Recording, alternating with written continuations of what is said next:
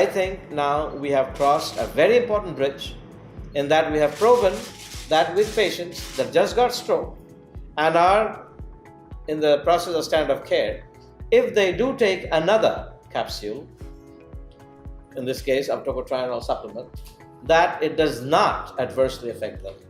Okay? This opens the big doors to final showtime, which no pump tocotrienol study has ever gone, which is a phase 3 FDA trial. Nothing has ever gone there. I asked this country and the community, the palm oil community, to come together, because these are the types of studies, not the small study here and the small study there. These are the types of studies that will draw a line that decades from now will be cited and will pave the way to a new discipline and a new, it will feed new policies.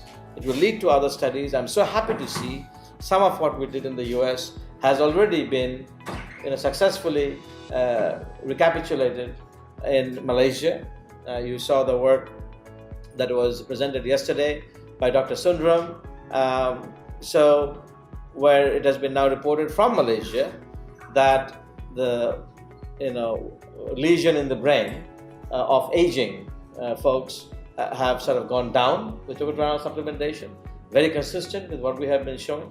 And if the science is true, it will keep on showing. There is no magic that the scientist does. The only magic that the scientist can do is rigorous science, not biased, not get carried away what the expectations of people are. And my commitment to this subject is demonstrated by my attachment to this topic for the last 20 years.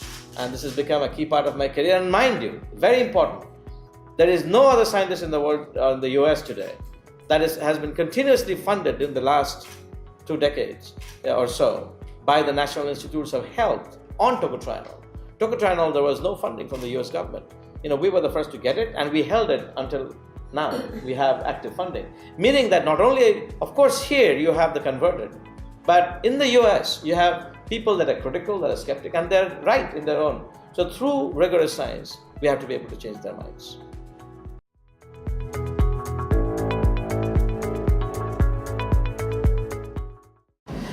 Good. So the phase 1 trial typically sees, if there is bioavailability and if there is safety in what we are trying to test.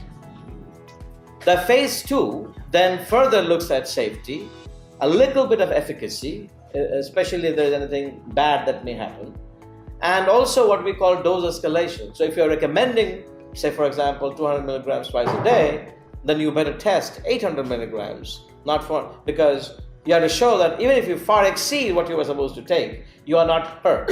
Okay? So that is behind us now. We will now report it is safe.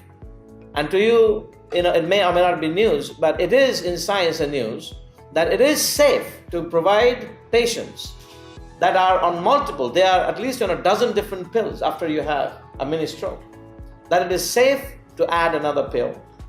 That opens up the door to the final showtime, which is a phase 3. A phase 3 pretty much decides, that's an efficacy trial. Does it work? Does it not work? Those trials are typically 1,000 to 3,000 patients. So therefore, and mind you, when we say we had done a study on 150 patients, these are 150 patients with stroke that just happened to them. So it's not a trivial thing. So that now told us it is safe to proceed. Now the doors have opened. Any delay would be against us. I think that all the sponsors, I'm sure the community is very well informed, and I hope the MPOC, the MPOB, the ministry, Pamandu has been a big champion of us. Now we have crossed the line, and now it's the main trial. And this main trial, I would envision, would happen on a multi-location basis. I'm hoping there would be sites in the United States, there would be sites in Malaysia. We have talked about sites in India because of the volume. You have to accrue large volumes. And depending on where all, we have discussed about sites in China. And so such a multi-country, we are ready for that. And this is the day we have been waiting for 2 decades.